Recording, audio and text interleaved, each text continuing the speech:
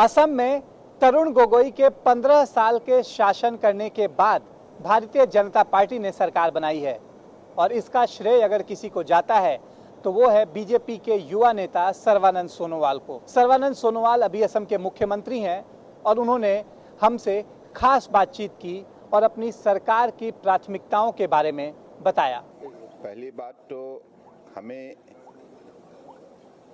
शासन व्यवस्था को मजबूत करना, क्योंकि पिछले दिनों में शासन व्यवस्था इतना बिगड़ गया, दुर्नीति भ्रष्टाचार की वजह से ये बेकार पड़ा हुआ था, जिसके वजह से केंद्र हो या राज्य सरकार की जितना भी प्रोग्राम में जो भी पैसा लगाया गया था वो पैसा आम जनताओं के पास गया नहीं था। बीच में कोई मिडिलमैन, अलग अलग दलाल ने उस पैसा का मजा लिया, जिसकी वजह से जनता को बहुत भुगतना पड़ा। तो इसलिए हम लोगों ने ये तय किया पिछले 100 दिन में कि शासन व्यवस्था को मजबूत करें, और मजबूत करने में हम लोगों ने जो मेहनत किया और आम जनता ने भी सहयोग किया, जिसकी वजह से अभी ये धीरे धीरे सुधरने लगा है। और हम लोगों ने जो ऐलान किया कि there will be zero tolerance in corruption, उसी हिसाब से हर अधिकारी, हर कर्मचारी, हर पॉलिटिशियन, हम लोग जो शासन व्यवस्था में जुड़े हुए हैं, हम लोगों ने भी ये संकल्प लिया। पहला चीफ मिनिस्टर दफ्तर से ही ये काम शुरू होगा टू फाइट अगेंस्ट करप्शन, ताकि ज़मीनी हकीकत में जो भी दफ्तर बसा हुआ है उनके अधिकारी को, कर्मचारी को ये संदेश मिले कि हमारी सरकार का स्पष्ट नीति है कि there will be zero tolerance in corruption, और जो भी करप्शन में शामिल होंगे उसको किसी भी हालत में माफ़ नहीं करेंगे। ऐसा हम लोगों ने फैसला किया, और पिछले दिनों में ढेर सारे अधिकारियों को भी हम लोगों ने जेल भेजा, जिन्होंने भी ऐसा घोटाला किया था उनको पकड़ लिया। और हमारा जो विजिलेंस वो भी अभी ज़्यादा ही वो विजिबल होने लगा, मेहनती होने लगा, जिसके वजह से अभी there is a fear of law, fear of system, ये अभी धीरे धीरे हर दिमाग में अभी चल रहा है।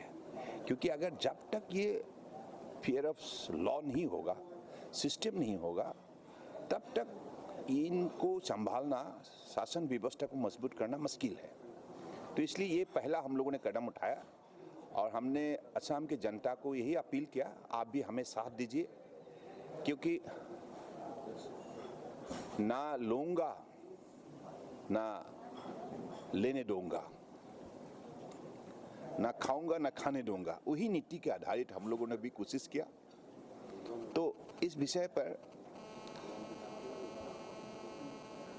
मतलब दोनों की तरफ से, जनता और सरकार की तरफ से ये निर्णय लेना बहुत ज़रूरी है। ये वन वे ट्रैफिक नहीं हो सकता जब तक जनता फैसला नहीं करेगा कि हम किसी भी हालत में पैसा नहीं देंगे, तब तक ये दुर्नीति को सारी व्यवस्था से निकालना मुश्किल है। ये हमारे लिए सबसे बड़ा चुनौती है। तो ये प्रक्रिया अभी शुरू हो गया है। तो पिछले 100 दिन में हमें जो महसूस हुआ कि इस विषय पर काफ़ी अनुभव बढ़ा है, और भी हमें मेहनत करना होगा। सर, ये जो आपका स्टेट है वो बहुत ज़्यादा विकसित नहीं है, बहुत पिछड़ा रह गया है, और इसके मूल कारण यही है क्योंकि जो पैसा आता है कांग्रेस, मतलब ये जो केंद्र से जो पैसा आता है हर स्कीम पर, चाहे गांव की हो चाहे शहर की हो, राज्य सरकार की बजट का जो अलग अलग स्कीम में जो पैसा दिया जाता है, ये पैसा सही जगह नहीं जाता है, सही इस्तेमाल नहीं होता है। सही इस्तेमाल करने के लिए सिस्टम, जो इंस्ट्रूमेंट होता है ना, वो मजबूत होना बहुत ज़रूरी है, कमिटेड होना बहुत ज़रूरी है। अगर सिस्टम कमिटेड नहीं होंगे, मेहनती नहीं होंगे, तो पैसे कैसे उसका सही उपयोग होगा। यही हो रहा था सदियों से। इसलिए हम लोगों ने निर्णय किया, हजारों करोड़ आम जनता के लिए जो भी पैसा लगाने का फैसला लिया जाता है वो सही उपयोग हो। इस विषय पर हम लोगों ने अभी जो भी एक्सपेरिमेंट किया पिछले 100 दिन में, मुझे लगता है काफ़ी अच्छा अनुभव है, और अगले दिनों में मुझे लगता है कि और भी हमें सफलता मिलेगा। और अभी एक बार ये एक्टिव हो गया सिस्टम, करप्ट फ्री हो गया, तो मुझे लगता है कि जितना भी हमारे स्टेट बजट का हो सेंट्रल बजट का हो, हर पैसा सही बिंदु पर सही इस्तेमाल होगा। सर, ये स्टेट बाढ़ से सबसे ज़्यादा प्रभावित होता है। कल ये भी तो आपने सही बोला था। बात है। किस तरीके से उसको टैकल करने का, क्योंकि काफ़ी समय से बाढ़ से यहाँ पे परेशानी होती है। देखिए, बाढ़ और कटाव ये हमारे लिए बहुत बड़ा समस्या है, खास करके हमारे किसान जो सदियों से बहुत मेहनत करता है, लेकिन मेहनत का फल उनको मिलता नहीं। बाढ़ के वजह से उनका फसल नुकसान होता है, घर बह जाता है नदी में, उनकी जो भी अमानत है वो भी नदी में बह जाता है, जिसकी वजह से उनको बेघर होना पड़ता है, बेरोजगार होना पड़ता है। तो इसका सही समाधान निकालने के लिए अभी हम लोगों ने फैसला किया है कि जो नदी है, ब्रह्मपुत्र हो या इनकी उपनदी है 138 नंबर्स, और बराक नदी है उस मैदान में, उसमें और 20 उपनदी है, तो उनकी मतलब ज़्यादा सिल्टेशन के वजह से रिवर बेड वो ऊपर आ गया है और उनकी reservoir capacity, water reservoir capacity दिनों दिन कम हो रहा है, जिसकी वजह से थोड़ा पानी गिरने से ही वो फ्लड होता है, और पानी जब भी सूखता है तो कटाव शुरू हो जाता है। कटाव होने के वजह से लाखों हेक्टेयर ज़मीन हमारा नदी में बह गया है। तो इसलिए इसका स्थायी समाधान निकालने के लिए हम लोगों ने भी एक फैसला किया है कि एशियन डेवलपमेंट बैंक और वर्ल्ड बैंक दोनों संस्थाओं से हम लोगों ने अभी बातचीत शुरू किया है।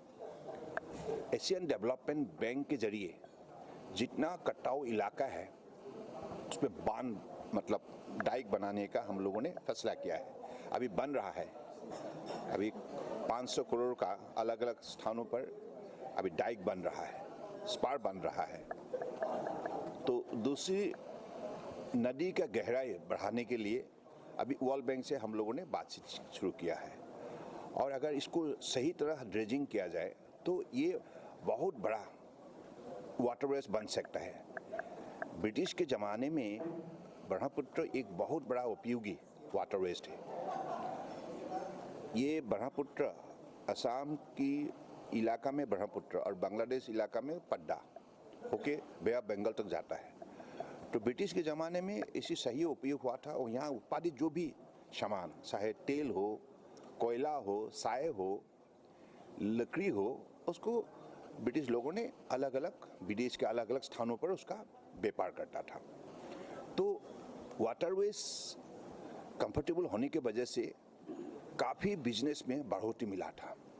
तो अभी रिवर बेड ऊपर आ गया, जिसके वजह से अभी ब्रह्मपुत्र को वो शक्ति नहीं रहा पानी ज़्यादा लेने का, जिसकी वजह से और हम जहाज़ भी चला नहीं सकता ऐसा है अभी। तो इसलिए हम लोगों ने अभी गडकरी जी ने भी ऐलान करके गया है कि ब्रह्मपुत्र को वाटरवेज, नेशनल वाटरवेज का मान्यता दिया जाएगा, और उसी हिसाब से यहाँ cargo ship bay of Bengal से लाने के लिए बांग्लादेश और इंडिया का बीच में जो बायलैटरल एग्रीमेंट हुआ है, इस पर अभी हमको लाभ मिल सकता है।